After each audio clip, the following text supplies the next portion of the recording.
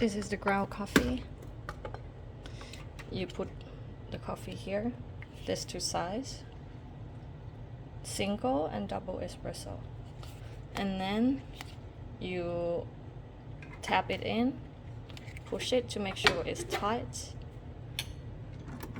then turn on the machine, wait until the water temperatures show green here.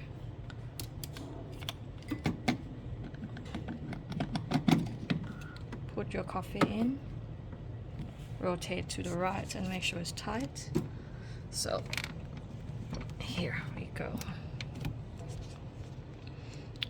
And then you can turn it on.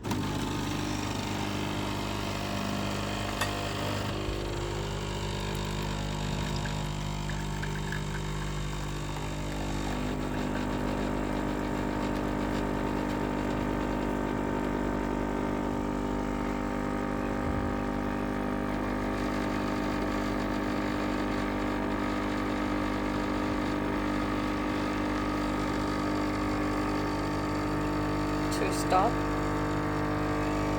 just press this button.